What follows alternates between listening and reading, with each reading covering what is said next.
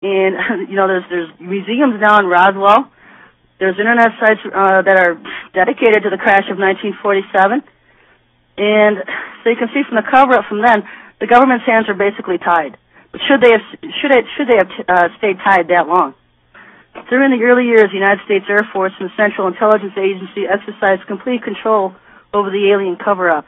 In fact, the CIA was formed by presidential executive order first as a Central Intelligence Group for the express purpose of dealing with the alien presence. Later, the National Security Act was passed, establishing it as a Central Intelligence Agency. The National Security Council was established to oversee the intelligence community, and especially the aliens. A series of National Council memos and executive orders removed the CIA from the sole task of gathering foreign intelligence and slowly but thoroughly legalized direct action in the form of covert activities at home and abroad.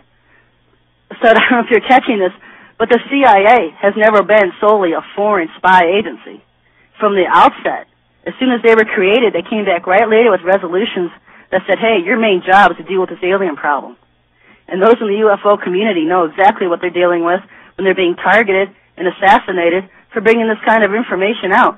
Look at all the heroes we have of the past. Phil Schneider, who built underground bases for the government, came out with information about joint alien and human bases and what was going on. He was killed.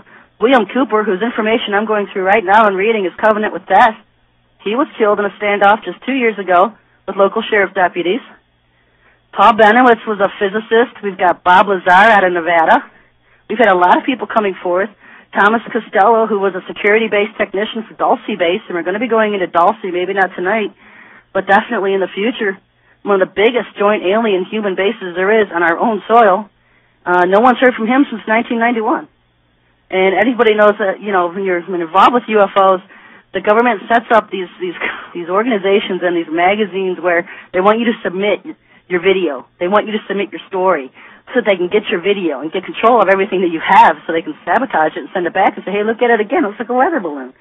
They want to know exactly what's going on with people. And if you're on the Internet, stay away from these kinds of boards.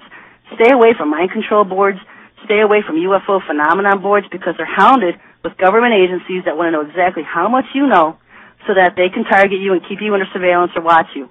And you don't want the hassles. They're all set up. When you want to control the opposition, you become the opposition, so you befriend everybody in it, and then you keep tabs on everybody in it.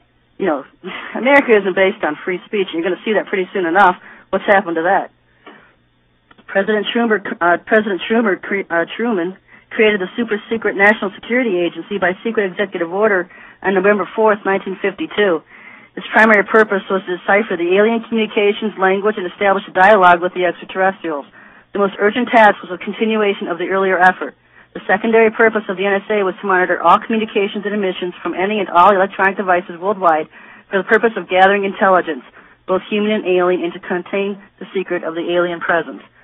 So we have the CIA and we have the NSA, both in power, but their number one priority is to contain the alien cover-up, and that's both of their priorities.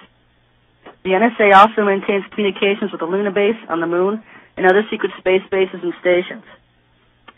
By executive order of the President, the NSA is exempt from all laws which do not specifically name the NSA and the text of laws being subject to that law.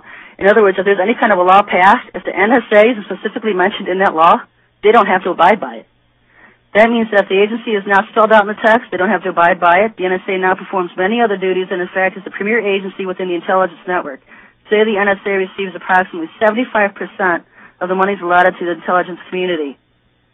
The primary task of the NSA is still alien communications, but now also includes other extraterrestrial projects as well.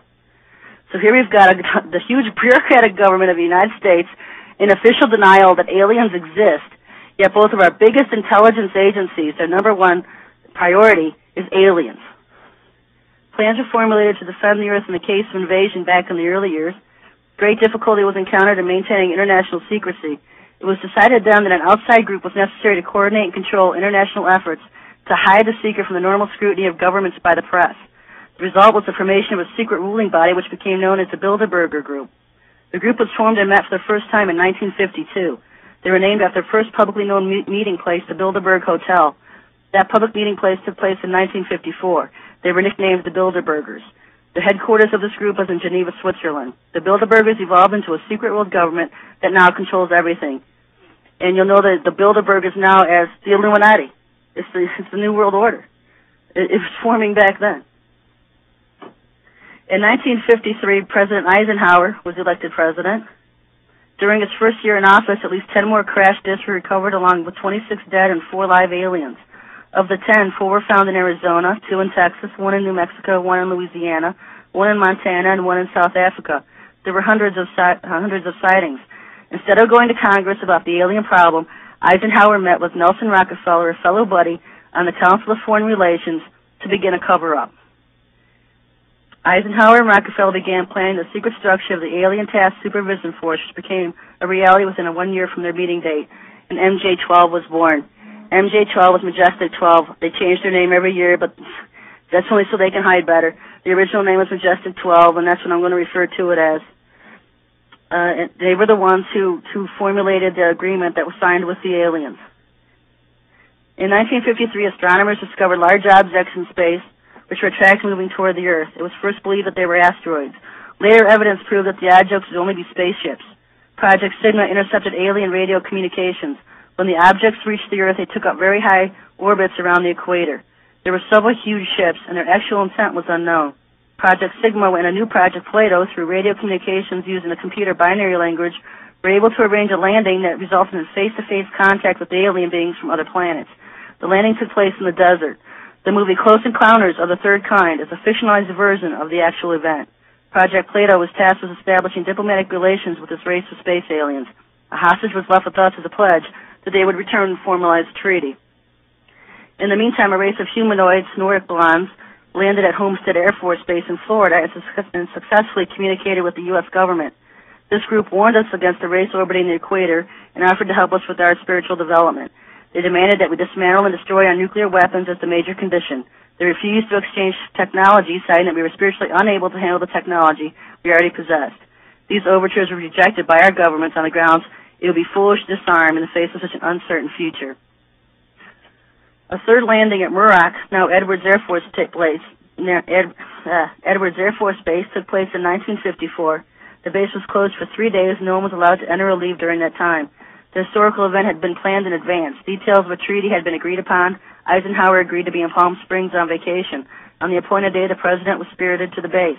The excuse was given to the press he was visiting a dentist.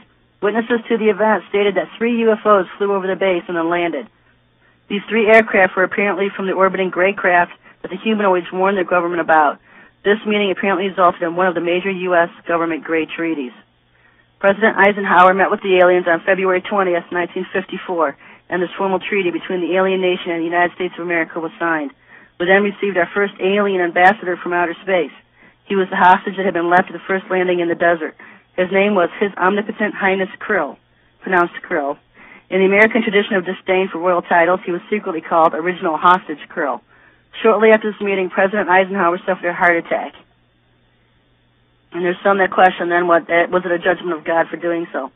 The alien emblem was known as a trilateral signa and was displayed on the craft and worn on the alien uniforms. Both of these landings and the second meeting were filmed, and these films exist today. The treaty stated that the aliens would not interfere in our affairs and that we would not interfere in theirs. We would keep their presence on Earth a secret. They would furnish us with advanced technology which would help us out in our technological development. They would not make any treaty with any other Earth nation. They could abduct humans on a limited and periodic basis for the purpose of medical examinations and monitoring of our development, with the stipulation that the humans would not be harmed, would be returned to their point of abduction, and would have no memory of the event, and that the alien nation would furnish a Majesty 12 with a list of all human contacts and abductees on a regularly scheduled basis. It was agreed that bases would be constructed underground for the use of the alien nation, and that 2 bases would be constructed for the joint use of the alien nation and the United States government. Exchange of technology would take place in the jointly occupied bases. These alien bases would be constructed under Indian reservations in the Four Corners area of Utah, Colorado, New Mexico, and Arizona, and one would be constructed in the area known as Dreamland. The bases, then, which most in the government would believe are exclusively human construction for use in joint operations, would actually be covers or fronts for actual subterranean systems already largely under the control of this alien race. This explained why many human workers in these joint bases have been kept highly compartmentalized So many do not realize what's taking place in lower levels, or even that such levels exist, when there's other deeper level workers that will come out and say that they do. Well, security